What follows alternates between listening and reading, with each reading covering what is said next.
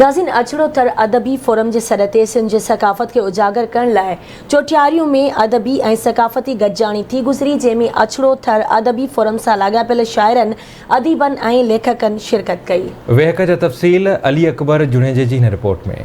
अछड़ो थर अदबी फोरम के सद ते सिंध जे सकाफ़त के उजागर करण लाइ अदबी ऐं सकाफ़ती गॾिजाणी थी गुज़री, जंहिंमें अछड़ो थर अदबी फोरम सां लाॻापियल शाइरनि, अदीबनि, लेखकनि सिंध जे सकाफ़त जे हवाले सां तक़रीरूं कयूं ऐं पंहिंजी निकोर शाइरी ज़रिए सिंध अमड़ खे भेटा पेश कई। गॾिजाणीअ में सावण राजड़, समन राही, अरबाब राजड़ थरी, सागर सुल्तान चांडियो, खमीसो राजड़, अली हसन राजड़ समेत मुख़्तलिफ़ समाजी ऐं अदबी माण्हुनि वॾे अघ में शिरकत कई। गॾिजाणीअ में शरीक थींदड़नि आवाज़ टीवीअ सां पंहिंजा वीचार कुझु हिन तरह वंडिया। माशाल्लाह ज़बरदस्त अॼु सिंध सकाफ़त जो प्रोग्राम जेको हिते सिंध अदबी अछड़े थर जे चेयरमैन सावण राजड़ जे तरफ़ां मुनक़िद कयो वियो। ज़बरदस्त प्रोग्राम थियो, दिलचस्प, ऐं इंशाअल्लाह असीं उमेद कयूं था त अहिड़ा प्रोग्राम थींदा रहनि त जीअं असांखे सिंध जे जेके आहिनि से पुराणनि रीतियुनि रिवाजनि जे मुताबिक़ ॼाण ऐं नॉलेज मिलंदी रहे। सिंध असांजी पहचान आहे, सिंध असांजी जान आहे। सिंध आवाज़ टीवी जा शुक्रगुज़ार आहियूं जिन असां तव्हां हिन प्रोग्राम में कयो।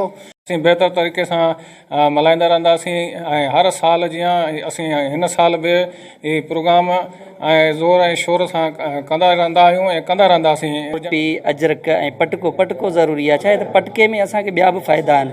पटको जेको आहे गर्मियुनि जी मौसम में जीअं आहे उहो गर्मियुनि में लूअ लॻंदी आहे मथां खां, उहो पटको लूअ खे बचाए थो। ऐं सर्दियुनि में जेको पटके खे माण्हू ही जेको मुलाटो ॿधे थो, इन हवाले सां हुनखे कॾहिं बि जेको आहे फालिज जी बीमारी कोन थींदी। दुनिया जी सकाफ़त खां अमीर आहे। दुनिया जी सकाफ़त अञा बांबूड़ा भई पाता त उन टाइम ते असांजी सकाफ़त जेका आई उहा जेका जवान हुई। मोहन जे दड़े में क़बले मसीह ईसा अलैहिस्सलाम खां अॻु जा 5000 साल में तव्हां ॾिसो हुन में त उन में फीतो या उन में अजरक ये सभु शयूं तव्हां मिलंदियूं। अछड़ो थर अदबी फोरम तरफ़ां सकाफ़त के हवाले सां प्रोग्राम मुनक़िद कयो वियो। प्रोग्राम में शरीक थींदड़नि जा वीचार तव्हां ॿुधा। कैमरामैन शाहनवाज़ कुंबर सां गॾु अली अकबर जुने जो आवाज़ टीवी न्यूज़।